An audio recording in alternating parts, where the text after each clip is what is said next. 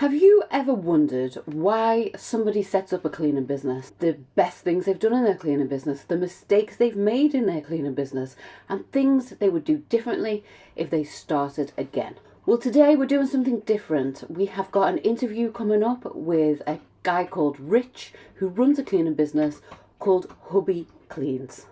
And if you would like to learn more about how you can be interviewed on this channel and tell your cleaning story, stay tuned to the end to find out how.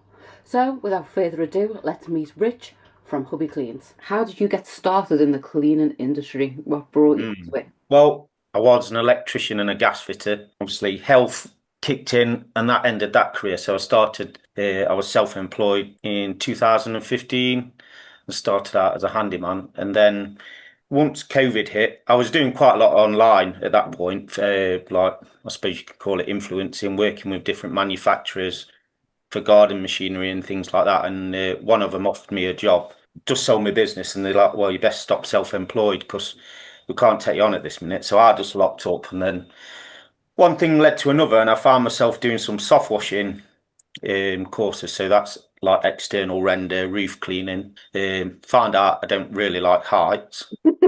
So a lot of the soft washing, it's like going outside, cleaning decking, cleaning slabs, and then I kind of like drifted back into gardening a little bit. The weather and everything piling up and health problems, it just left me with spare days. So that's when I ended up thinking, well, with all them qualifications and things, I could easily do cleaning. And I'm not saying that in like where I'm putting anybody down, but it's a low barrier to entry industry. So you don't, as you know, you don't need a lot of capital to start up. So it's No. a case of selling off garden machinery and then buying stuff in. And that was September last year.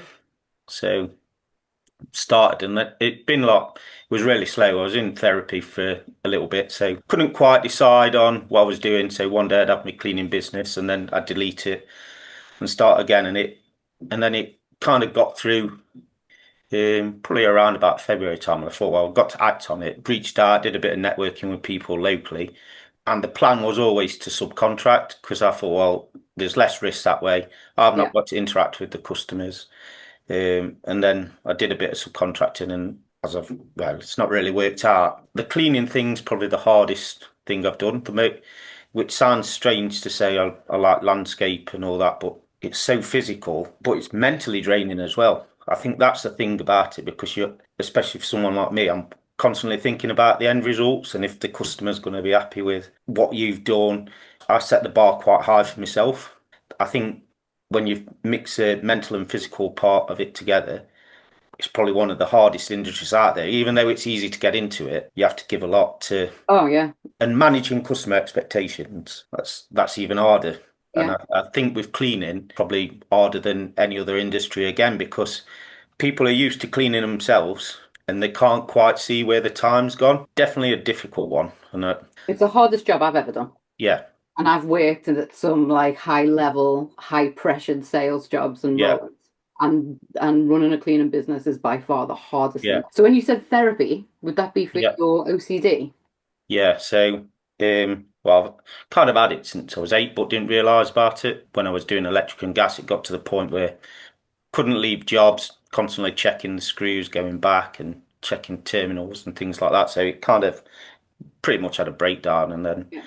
I decided through talking with the counsellor, they're like, do you think it's probably best to leave the industry you're in? Which is a hard thing when you've got a really good salary. The choice I'd got to make was either my health or carrying on. So that's when I went self-employed in 2015. How do you get on with your OCD and cleaning? Well, everybody assumes it's like a cleaning disorder, but mine's not. It's more, there's a lot of like intrusive thoughts. So, for instance, I'll be on a job and I think the customers deliberately set me up. So an example, the last job I was on, there was a dog biscuit right under the middle of the dog bed.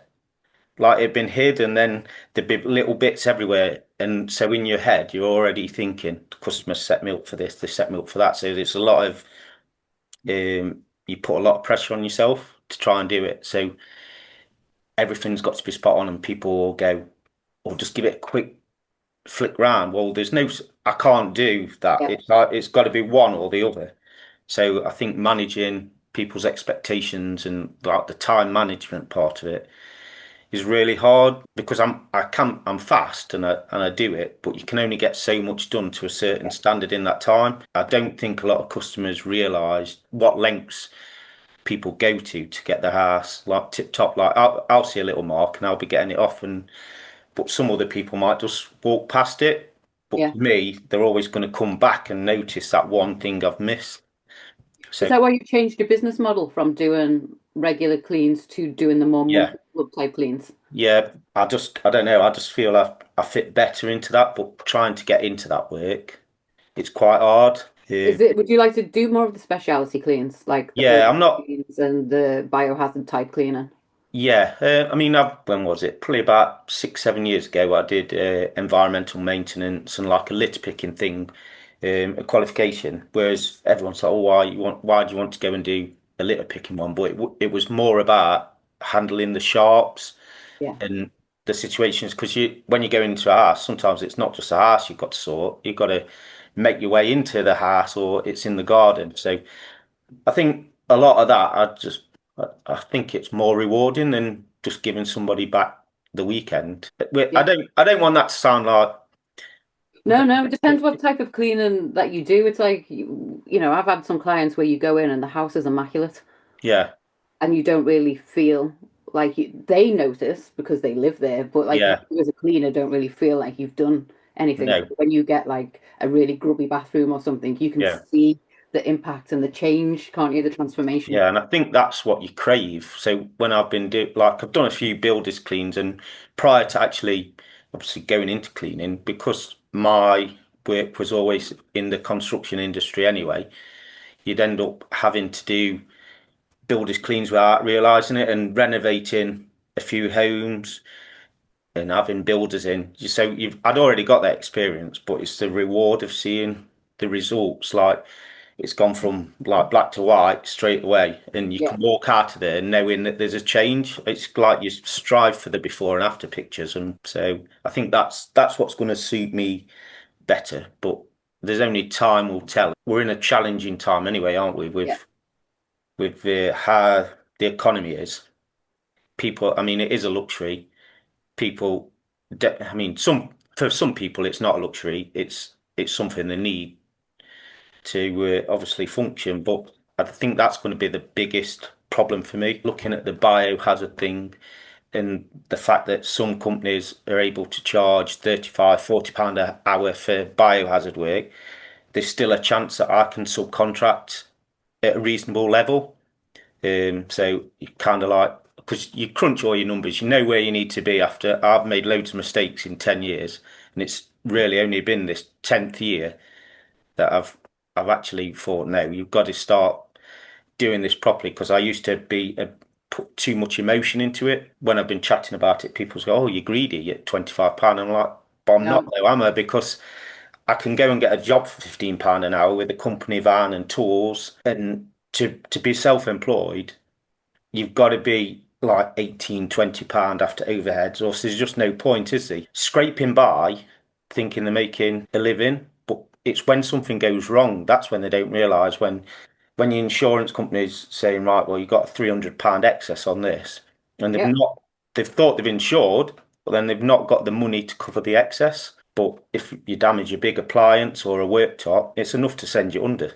yeah. And I've worked with plenty of people that when you've stripped back their rate, they're making like, 56 pence an hour Yeah, or something, and they didn't, they think that they're making money, but it's only yeah, take all the costs and everything out. And people like forget about costs, or they forget about the phone, or they forget about like different things to add on. And then yeah. you just become like a busy fool, Well, chasing your I arse mean, around for nothing. yeah, I mean, I've got people said, well, why have you got like FSB policies and why have you got a verified thing? But they're all things that instill trust Yeah, in a business and like applied to trading standards to do this. And to me, those things are essential because it says to people they've gone as far as they can, they've been vetted, they're verified, and I can't do any more than that, but they will always be a fundamental part of my overheads. And I can't strip them back because I'm the same as everybody else then. what would you say that you've learned or observed from being in the cleaning industry? Well, it's definitely hard graft. Yeah, like we've discussed, it's the hardest job. And I think, again, without putting people down, I think other cleaners are their own worst enemies. You can see that there's more money on the table sometimes. And like when I've been with other cleaners and just, no, no, this is going rate for around here. This is going rate. And how do you know? If I could say anything to anyone, it'd be like trust the gut because it's never, ever failed me. And every time I've been stung, it's when I've gone against what Yeah. I've felt on the job. And when customers feed stuff to you and you be on the crate and they go, yeah, well, our last cleaners, they weren't up to our standards. We had two or three now and they weren't up to our standards. So I'd be straight out at the door. I would. I'd not be. I don't think our values align. I'm off. Yeah. But now other people, no, they'll be all right. They'll be all right. No, Yeah, no. no, they're not. They're never going to be all right. They're always going to be a pain. So yeah, I think yeah, best thing I've learned is just to trust your own instinct, really. And if you could go back and tell your startup self one thing, what would you go back and tell at the beginning of Hubby Cleans? What would be the Um, advice you'd give yourself? Not to obviously go in and subcontract straight away and start from a good point. Do a little bit more research. So I came into it from one industry with these expectations, but if I'd have just watched some of the pages for a few months, I think a big thing is everyone looks and think, oh well, people get like an employee mindset where they think, oh, such and such, the minimum wage is this amount. I'll just charge £2 above minimum wage and whatever. Yeah, you will make And it sense. and it and it doesn't work like that. So I kind of see that as like an employee mindset. But I've been there, I've done that, and even when I come into the cleaning industry, I went and subcontracted for someone at £15 just to get some experience, and I would have stuck with it, but I was making a loss because £15 is just not a viable position to be in when you're self-employed. What would you say is your best cleaner tip, tool, or product? The green bear paste, I clean literally everything with it, garden shears, and What is it like a pink stuff paste it. consistency? Well, it's not like the pink stuff because the pink stuff's soft. It's almost like a block, and then you wet it, and a little bit comes off. Oh, It's like magic, really. But yeah, that's just well, that was a game changer in a bathroom anyway. As I say, I've said about it before, uncertainty and the risk of damage. So I want to be using something where and I want to have procedures in place where I'm not going to be exposed to yeah. any damage claims. So if I can use a paste rather than going in with like steel wool or a steel scara, that's me. That is, I've covered my back then and I could sleep, What would you say is the biggest mistake that has taught you the most? not listening to my gut and not walking away when I should have done. So, for instance, when I've been subcontracting and I instinctively knew that this job was going to be a nightmare and not walking away. But it's hard when because you've got somebody else's reputation in your hands Yeah. and you are a reflection of them. So yeah, it was very hard in that scenario. But I think in future I'd take the lead and I'd stand up and stand my ground. And if that meant walking away from a working relationship, I'd do it at that point rather than going through the process of doing the work and then not getting paid How do you say confidence when you deal with a difficult client? because I know what I've put into the job. Probably been in that scenario before. So I've had all different jobs. When I've had to disconnect people, I've been on jobs where I've had to go in with bailiffs and warrant officers and police and all that kind of thing. So over the years, all that experience has kind of taught me to stand my ground and keep like a face. And I think the minute you let people know they've got to you, you've already you've already lost. Or if you start to get a bit irate and things like that, you've just got to be polite but stand your ground and know that you've got to be confident in the steps that you've done. And again, that's where it goes back to if something's happened, you've got your picture evidence, you've got all this kind of stuff. So you can't really be. I mean, you can still be wrong. You could have done something wrong, and if you are wrong, you own up to it. Yeah. And I mean, that's where it's going to get you in a mess if you try and lie.